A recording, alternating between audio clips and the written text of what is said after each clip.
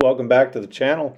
As you know, home ownership comes with responsibilities. In this case, we have a light fixture that's well on its way to deteriorating and it needs some attention. So before I build any more 7.5-inch gauge trains or go on any more train adventures at Train Mountain, we need to do a little work around the house. So if you care to join, follow along. All right, today's project is this light fixture. Got some major problems, lots of corrosion from the paint splitting. We're missing a piece of glass on the back, so all the bugs are making nests inside. So we're going to restore this as best we can, try to get it fixed up and make a new piece of glass, maybe out of plexi, to go in the back here. Let's take it apart. First of all, the top comes off. You can see that it's just held on by a screw there and there in the corners. A screw here and here, and I've got the power shut off. So we're going to take the whole thing off of the thing. We'll put wire nuts on it and tuck the wires in so no one gets hurt when they come on. After tucking the wires in, I added a blank cover plate to this junction box. I moved the light fixture to the workbench to assess the general condition. There's a lot of moss and a little bit of corrosion, but the aluminum I think can be cleaned up. So I started with some rinsing in soap and water. The first challenge is to replace a missing piece of glass. You can see it's curved this way, but it's fairly flat this dimension, so we only have to deal with a single curve, not a compound curve. What I did is trace the profile on this piece of wood here, and we're going to cut out several pieces so that we can put a backer against this piece of plexiglass, and I'm going to try a heat gun and heat it up and see if I can get it to form to that shape. So I think 3 pieces should be enough to support this. This is a metal cutting bandsaw, but I'm using it for wood because I'm lazy.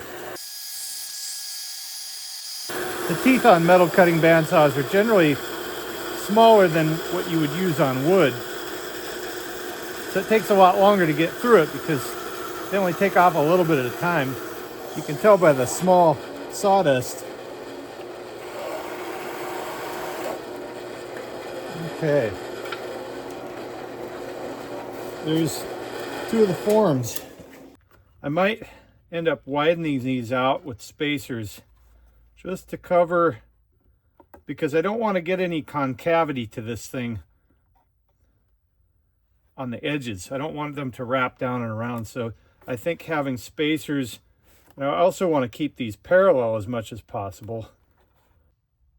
Okay, I have a little bump stop set up here, and I'm mostly centered on my form. So I'm going to give this a shot. I've never done heat bending of this stuff, but we have nothing to lose by trying it. I have plenty of this Lexan plexiglass. So I think the trick is not to scald this stuff and burn it. And I'm going to try to wipe it off so that any little particles don't get embedded. And I think what I'll do is I'll heat on it until it starts to flex a little bit, and then we'll see if we can form it.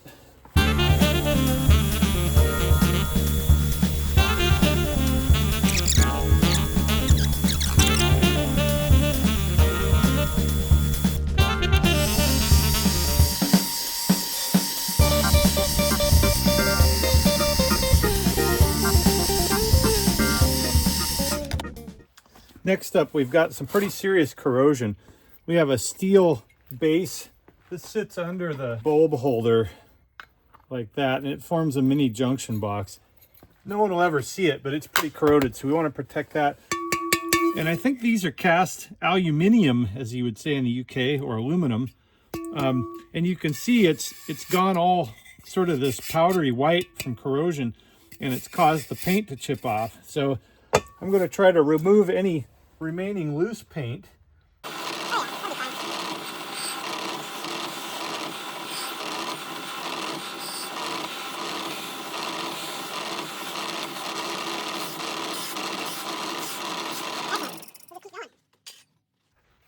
Let's see what we can do here. We're going to try not to damage this. Ooh! Yeah, that's better.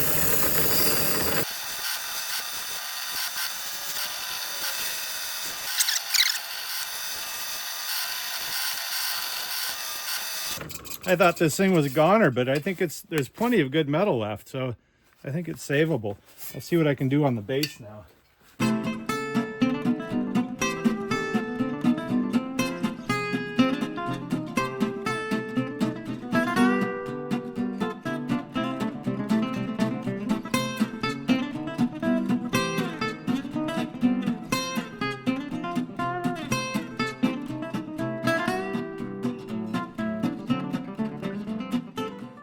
All right, I know these come apart further, but I don't want to risk breaking this. And the sides that I need protected are looking pretty good. So I'll just use a little abrasive and clean off some of this other stuff.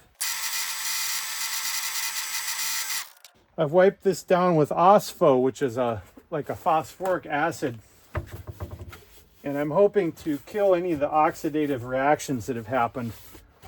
I don't know how well it works on aluminum, but this pressed steel piece seems to have benefited. It's kind of turned it a black color. It's added some electrons to the surface, and that should help reduce the rust from coming back. I'll wipe it down with some paint thinner and get it ready for paint. I found this paint and primer combo rated for exterior use and got a satin color so it blends in with the other fixtures. We let these pieces dry, and so now I'm reassembling this light fixture. The first step is to put this base plate on that has these little glass dividers on it. Then we'll put on this bottom piece, and that's sort of like a little mini junction box for this candle base that goes on top of that whole mess. And we're hoping that our bent piece of plexiglass has just the right profile to match all the other pieces. And we'll put that in back so it's less obvious. Well, here it is, the completed fixture. This is the replacement panel back here. And I think it turned out pretty nicely considering what we had to work with. I'd hang it up on the gate post, but it's too rainy right now and I don't feel like going out there and doing wiring in the rain. So I'll post a picture when it's all done. I caught a break in the weather just before dark, was able to rehang this fixture without any mishaps. And it looks really good. With the clean glass and the cleaned up interior, it shines really nicely.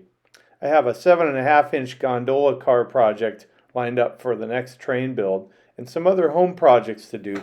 So be sure to hit like and subscribe, and we'll see you in the next episode.